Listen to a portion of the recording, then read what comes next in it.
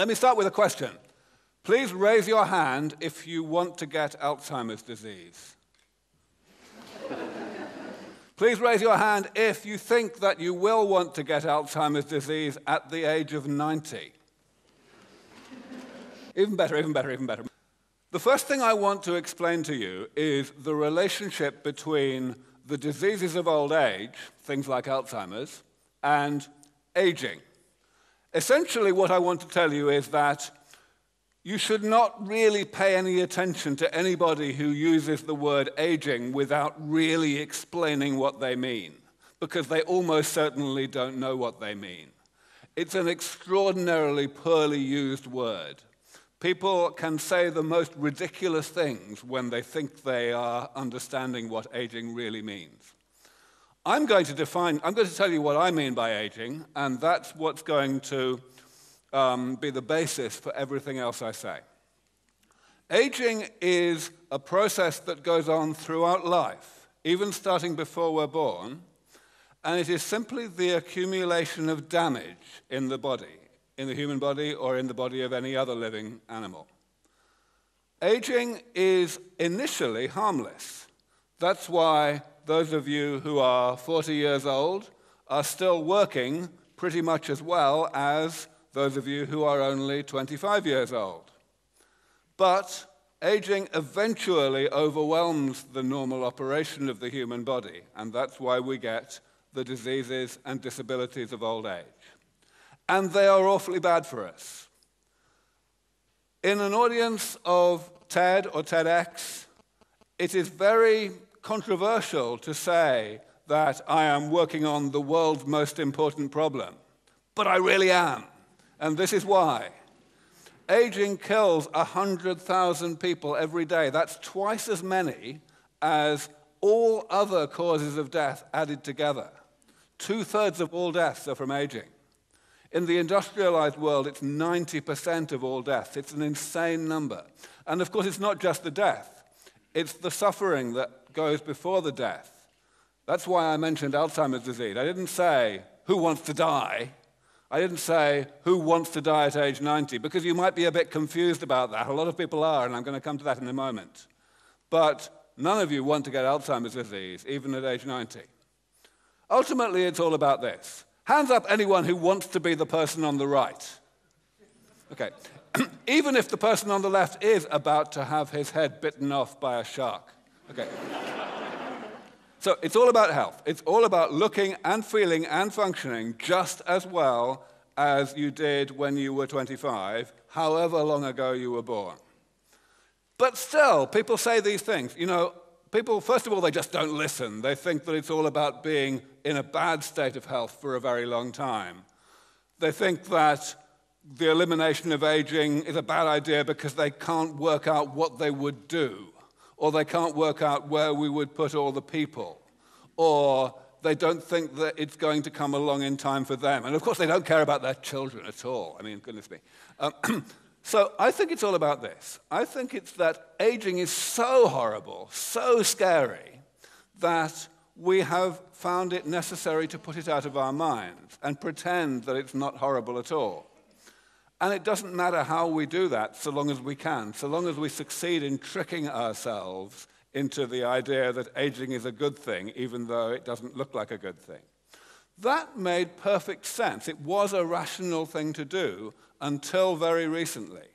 Because until very recently, nobody had any idea what to do about aging. But now we do. Now we are within a reasonable distance, within striking distance, of developing medicine that really brings aging under the same level of medical control that we have already today for most infectious diseases, like, tuberculosis or whatever. It's like this. People will refuse to think about whether it's actually a good idea to defeat aging because they say, well, it doesn't really matter whether it's a good idea or not, does it? Because we're never going to do it. But the same people, at the same time, will also say that we'll refuse to think about whether it's actually likely that we could do anything about aging anytime soon, because who cares, because it's a bad idea. right? So the pessimism about the desirability and the pessimism about the feasibility join together to perpetuate each other. And that's why I have to give these talks about why it's so important to do this. But of course, in order for me to make any kind of case for this, I have to show you that this part over here, that aging is immutable, really is no longer true. And that's what I'm going to do for the rest of my time. The way that my organization, Sense Research Foundation, is going about combating aging, or developing medicine that will combat aging, is we are developing regenerative medicine for aging. We're interested in not just slowing aging down, slowing down the accumulation of damage in the body, and thereby delaying the age at which we get sick. We're interested in actually repairing that damage, reversing biological age, taking people who are already maybe 60 years old and making them biologically 30 again. That might sound as though it's far harder than just slowing aging down. And indeed, most people who study the biology of aging made that assumption. But a decade or so ago, I realized that that assumption is wrong, and that actually repairing the damage of aging is likely to be much easier than stopping it from happening in the first place. And the way I realized that was essentially by looking at the details. Regenerative medicine is all about restoring the structure of the body, whether it's at the level of the whole organ by replacing an organ with an artificial one, or at the cellular level using stem cell therapy, or at the molecular level, repairing the insides of cells, for example.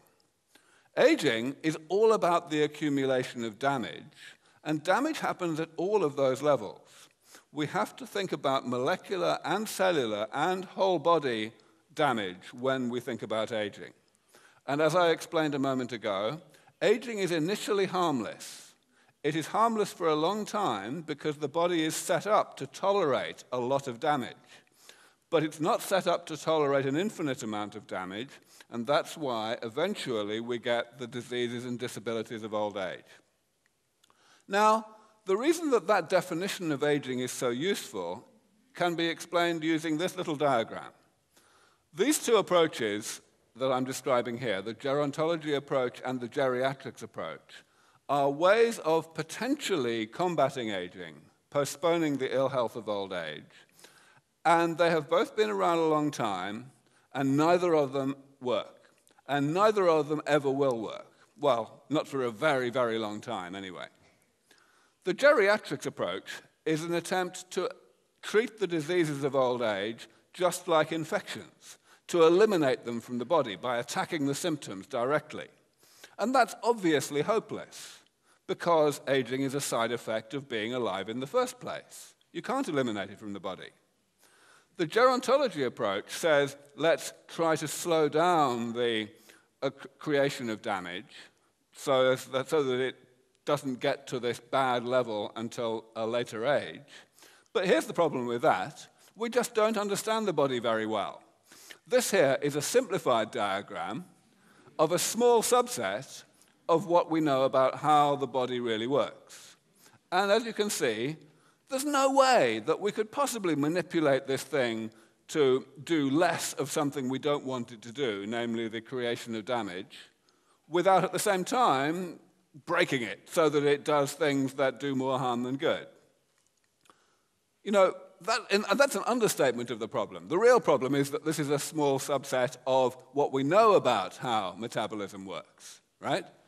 And any biologist will tell you that that is completely overwhelmed by the astronomical amount that we don't know about how metabolism works, let alone all the stuff that we don't even know that we don't know.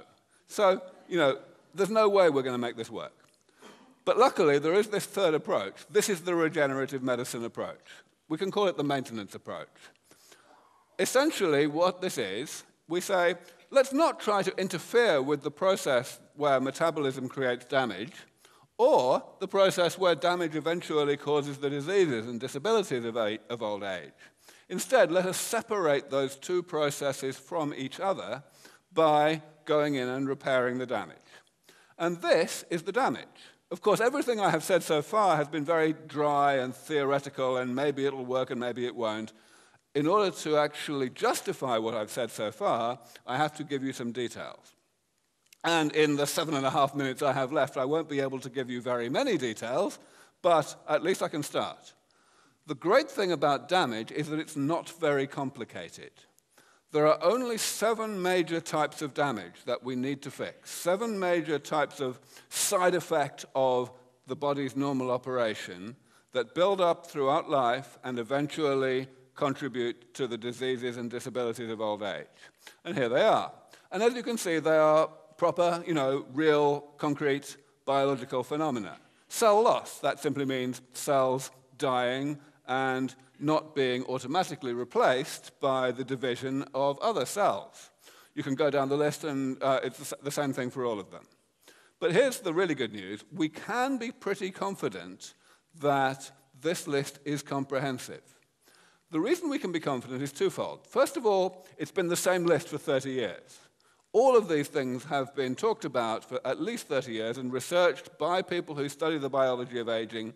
We've come a very long way in biology in that time. You would really have thought that the list would have got longer if, it could have done. But also, the list has not been an explicit list until I came along. I started talking about this more than 10 years ago and challenging people to say, okay, what's missing? Is there anything missing? And no one has come along with anything that can be convincingly added to this list. So that's pretty good news. But only pretty good. The really good news is on the next slide. We have a fair idea how to go about actually fixing all of these things. The reason that this classification of damage is useful is because for each category we can describe a generic therapy that can be used for each of the types of damage to actually implement the maintenance approach to get rid of these types of damage. We can start with cell loss, the death of cells and not compensated by the division of other cells. Stem cell therapy, of course, is exactly what that is there to fix. Stem cell therapy is about replacing cells that the body is not automatically replacing. If we go down this list, we can see the same sort of thing, and I'm going to talk about a couple of them in some detail now. First of all, this one. This doesn't get a lot of attention. Everybody knows that cancer is a major cause of death. Cancer is something that is essentially defined as having too many cells, because cells are dividing when they're not supposed to. But there's another way of having too many cells, which is if cells are not dying when they are supposed to. And most people who don't study aging forget about that, because it's not very, high profile. But it turns out it's really important in aging. It's the main reason why we have less good immune systems when we're older. And we're getting somewhere in actually fixing this. The work I'm describing here was not done by my organization, actually. It was done by other people, but it's very much within the theme of what we work on. Essentially, this was an experiment done in mice just very recently, in which they showed how to get rid of these death-resistant cells, which wouldn't die when they were supposed to and which were poisoning the rest of the body. It was a rather artificial experiment with mice that had been genetically modified, so it was only a proof of concept. It doesn't really show us how to develop drugs for this for humans yet, but it was a really good proof of concept. These 2 mice that you see here, they are the same age, and as you can see, one of them is much happier than the other. The mouse at the bottom is about to die. It's a month away from dying. And the mouse at the top is completely healthy. It's just as healthy as a normal mouse that doesn't have the problem of these accumulating cells. The little graph on the right is one of a dozen or more different experiments that these people did to quantify the biological age of these mice. So this was fantastic. Here, however, is some more early-stage work, which is looking at one of the other of these 7 components, the accumulation of molecular garbage inside the cell. This turns out to be incredibly important in some of the most major age-related diseases. Cardiovascular disease, the #1 killer in the Western world. Macular degeneration, the #1 cause of blindness in the elderly. And the problem here is that cells accumulate material because they cannot break it down. This is what happens in cardiovascular disease. White blood cells, normal white blood cells, go into the walls of our major arteries, and they process stuff that is stuck there, which is mostly composed of cholesterol. And they're very good at processing cholesterol. Cholesterol itself is not the problem. But unfortunately, the cholesterol is contaminated with a small amount of oxidized cholesterol, which the white blood cells are unable to handle. And that stuff poisons these cells, and they become like this. They become foam cells, full of stuff that they can't process. We figured out that we might be able to use some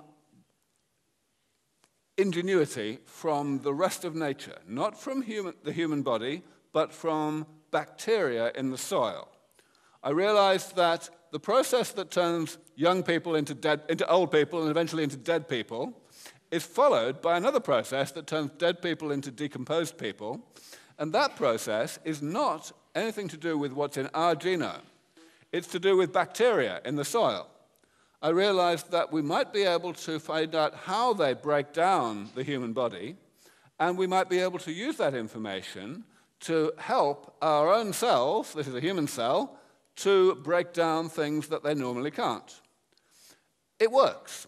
This particular substance here, 7-ketocholesterol, is the thing we're going after. It's the main reason why we get cardiovascular disease. And we found some bacteria using this system called an enrichment culture, which can break it down. These two strains of bacteria can break it down really well. We published this, as you can see, 5 years ago.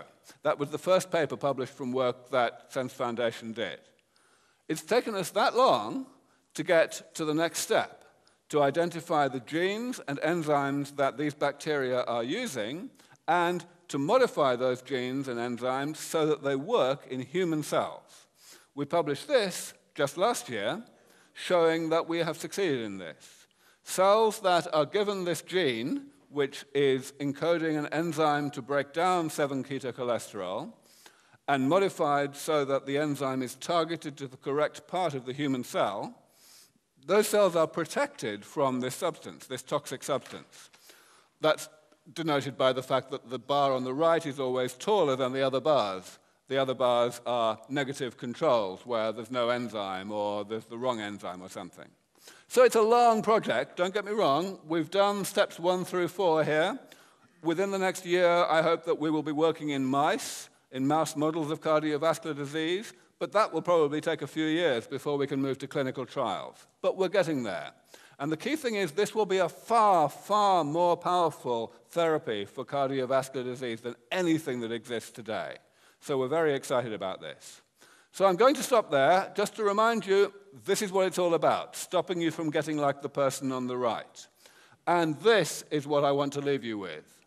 It's not just me here. I'm a biologist. I get this work done when I can. But ultimately, it's all about public support for all of this. The reason I give so many talks like this, the reason I give so many interviews, the reason that this movement needs to grow is because without public support, not just public philanthropic financial support, but government support, commercial support, we're not going to get this to happen very soon. We need everybody to go out there and advocate, to talk to your friends, talk to your family, talk to your colleagues about how this is the world's most important problem, and people are genuinely working to solve it. Thank you very much.